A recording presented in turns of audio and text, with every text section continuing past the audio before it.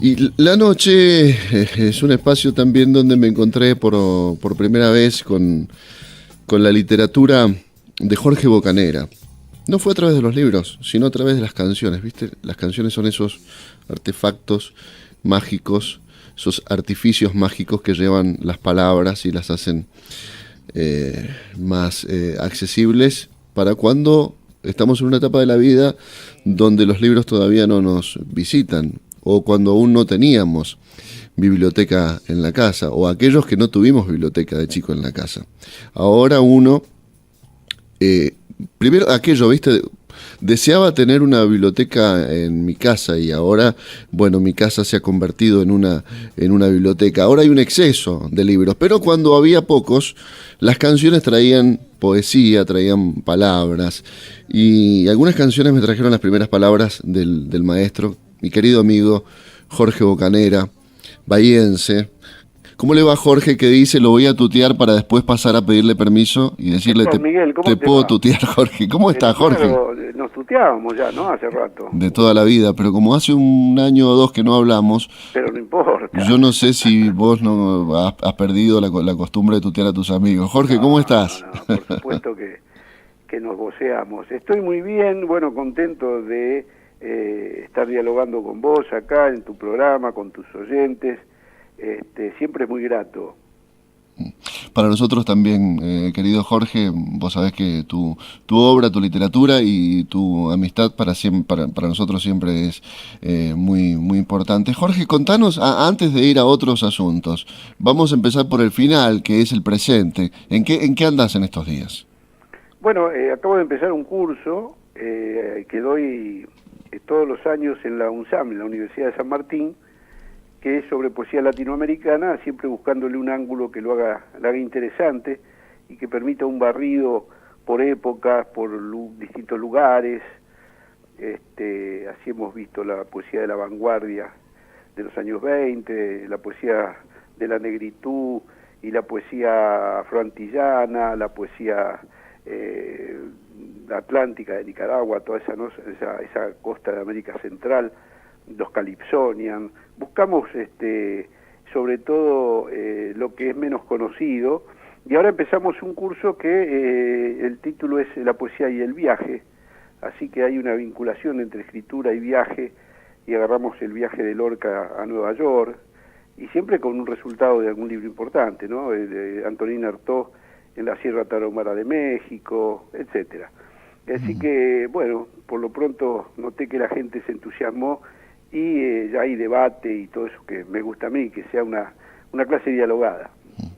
¿Sabes que la palabra viaje, bueno, todo el tiempo está relacionada con la literatura, pero bueno, ahora a instancias por primera vez me voy a mover más allá de los países limítrofes y estoy pensando mucho en la palabra viaje y en los viajes. ¿Cómo funcionaron en vos? Porque has vivido fuera, te has movido bastante. ¿Cómo funcionaron en vos Bueno, de los distinto viajes? modo, ¿no? Porque mi primer viaje fue obligado, digamos, Forzoso, fue el claro. exilio, que yo me fui casi a dedo de aquí a México, tardé como 6, 7 meses, en el año 76.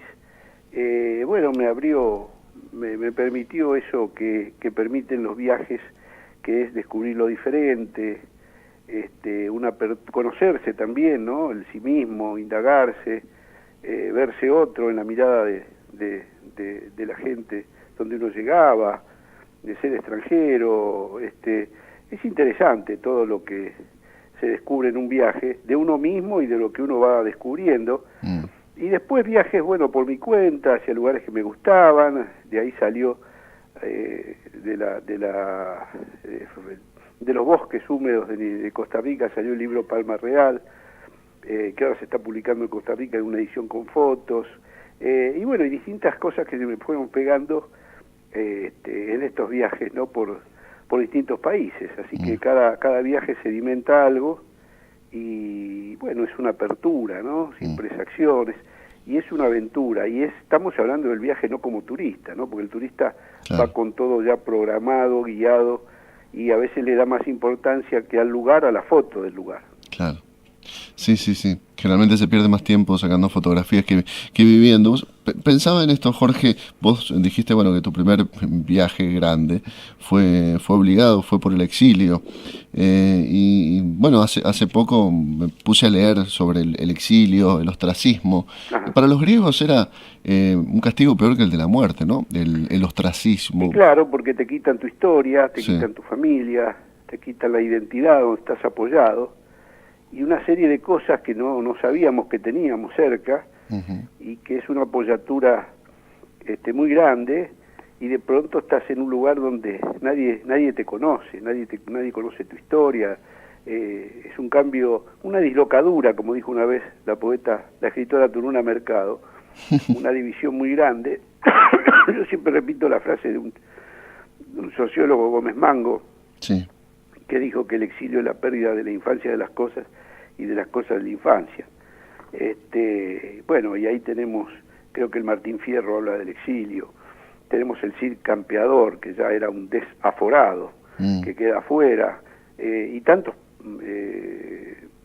personajes de la vida política, social, argentina y cultural que han vivido esta experiencia, ¿no? Mm. Y el elemento, a ver, podemos pensar en ciertos condimentos de la nostalgia. La nostalgia puede ser dulce, puede ser, qué sé yo, hasta musical, poética en el sentido más leve y más decorativo.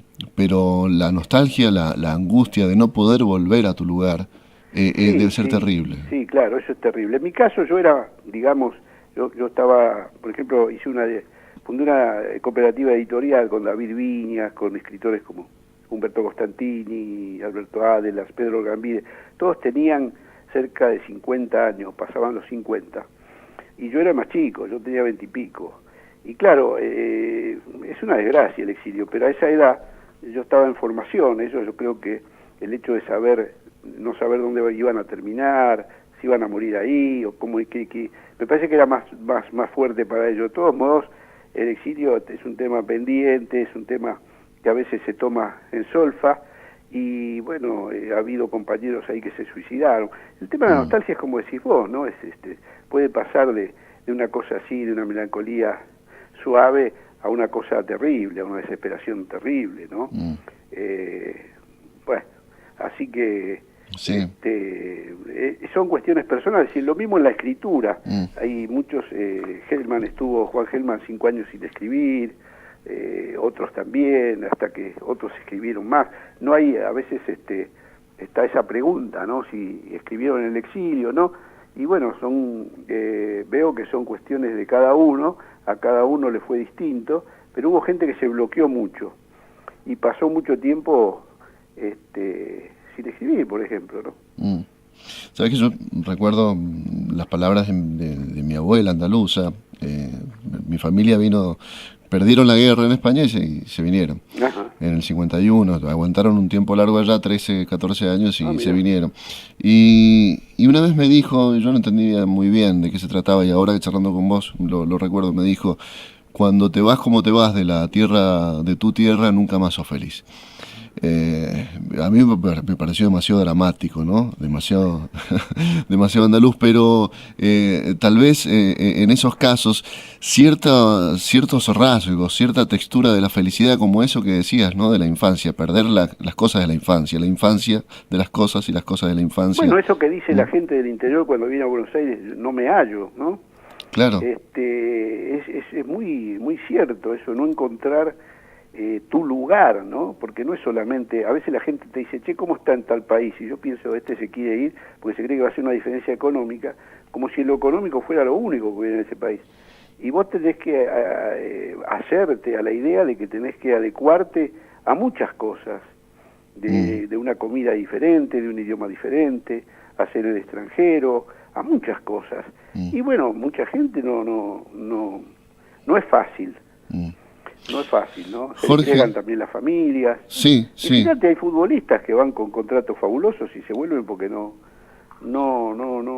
no se hallan, extrañan las milanesas de la vieja. Sí, sí, sí, sí, sí. Finalmente se encuentran otras cosas que estaban demasiado a la vista, ¿no? O se extrañan. O sea, pensaba en lo que me dijiste hace un rato, Jorge, en el viaje de Lorca a Nueva York Sí, y en cómo puede transformar. Yo no sé si fue el viaje o que Lorca llegó con la intención de recoger todo ese material y volcarlo en Poeta en Nueva York, que es una verdadera revolución, no solamente para lo lorquiano, sino también para lo que vino después.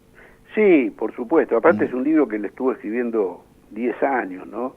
Lo fue corrigiendo, inclusive cuando llegó acá en el año, eso fue en el año 29 en Nueva York, después va a Cuba, y después viene a Buenos Aires en el 33 y se queda de noviembre a marzo del 34, y también con una experiencia muy interesante, porque acá se hace de una banda donde estaba Oliverio Girondo, estaba Tuñón, muy amigo de Tuñón, se hace de otros poetas, y estaba Neruda de cónsul. Entonces Lorca, la experiencia de Lorca también acá es muy fuerte, y está todavía corrigiendo ese libro. Acá se hace amigo de Gardel, de Sí, Discépolo. se quedó ahí en Bueno, el una experiencia hotel. interesantísima.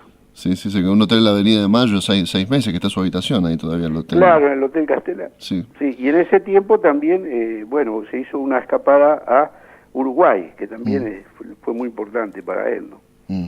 Y en tu mundo de lecturas, ese libro, Poeta en Nueva York, digo, vos como poeta, ¿en qué momento lo descubriste? ¿Cómo funcionó en vos?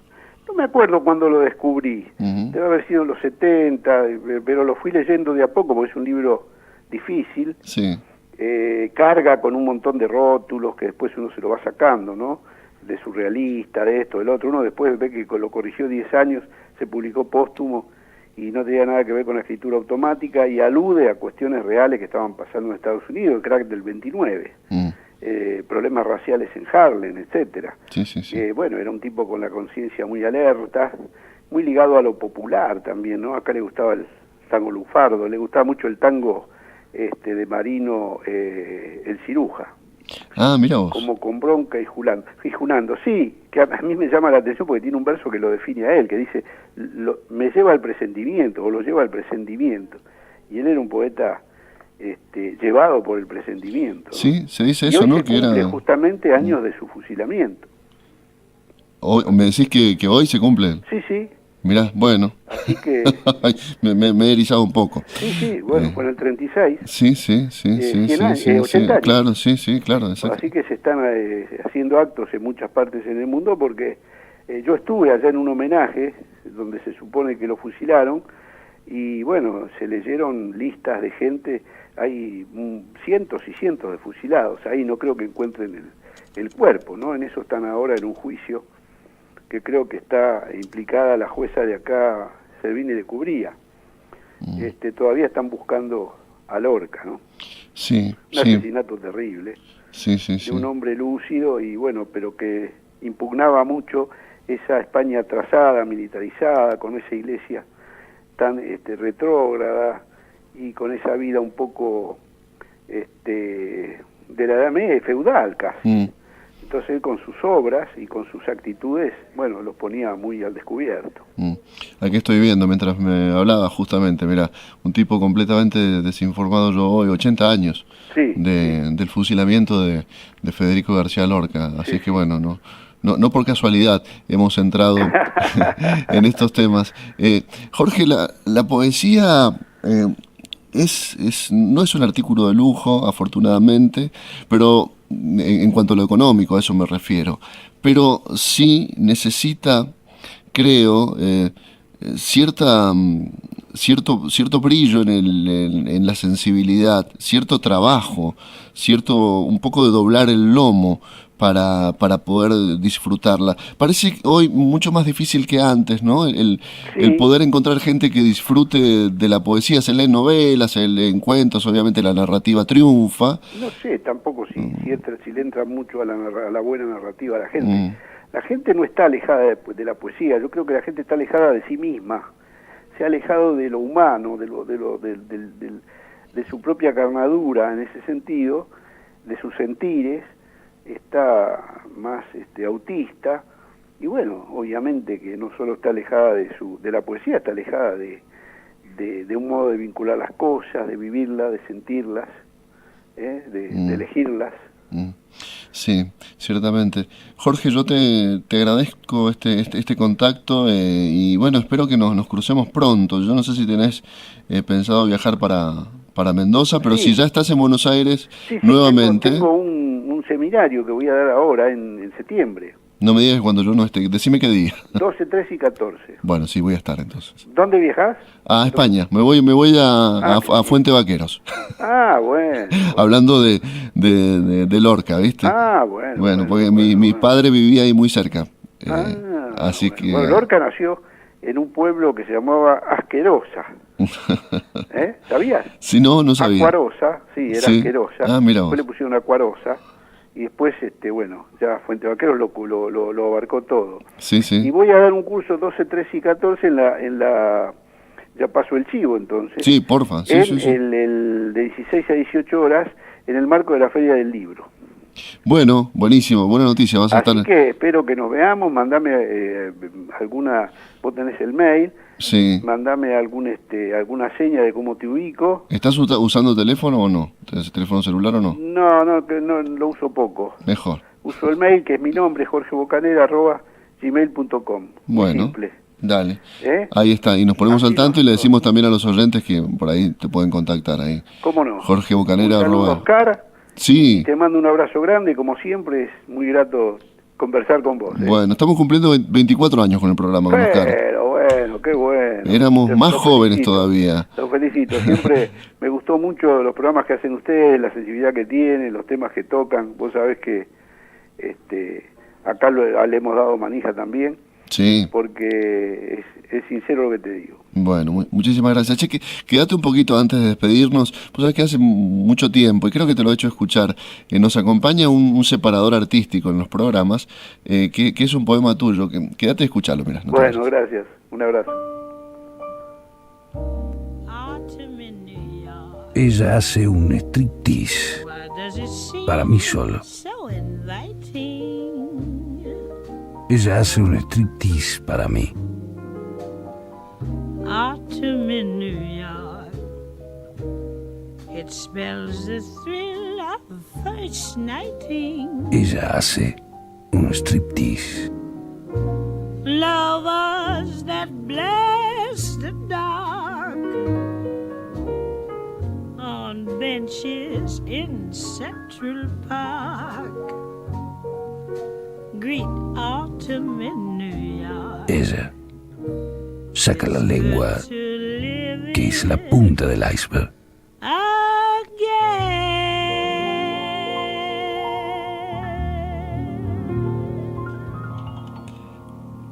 Gracias, maestro, por el poema.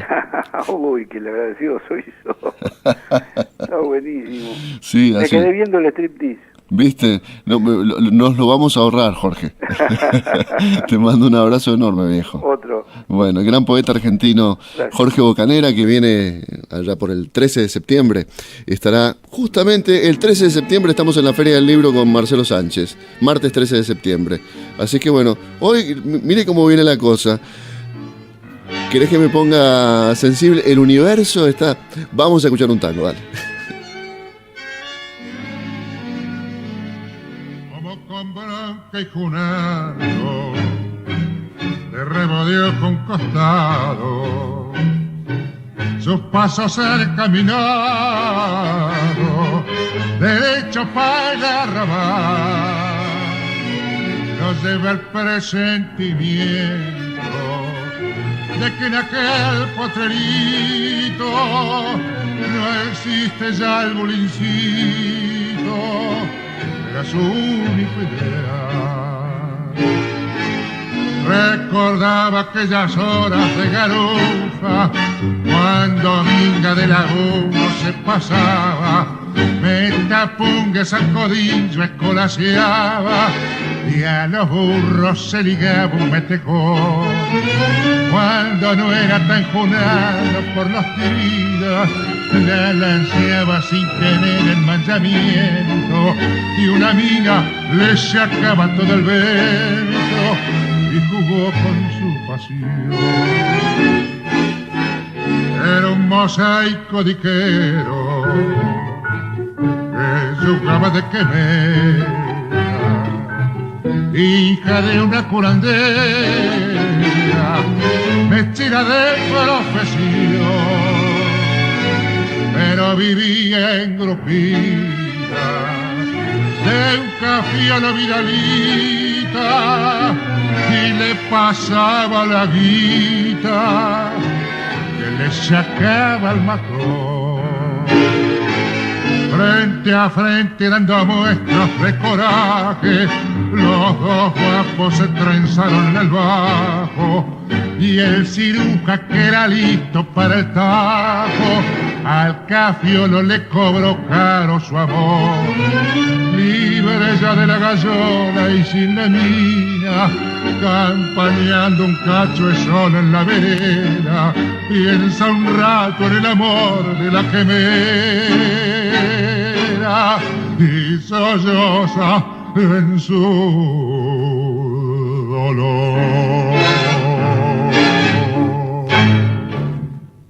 Bueno, el tango que le gustaba a Federico García Lorca. Cierto lo que nos decía Jorge Bocanera, también era un poeta visionario, Federico García Lorca.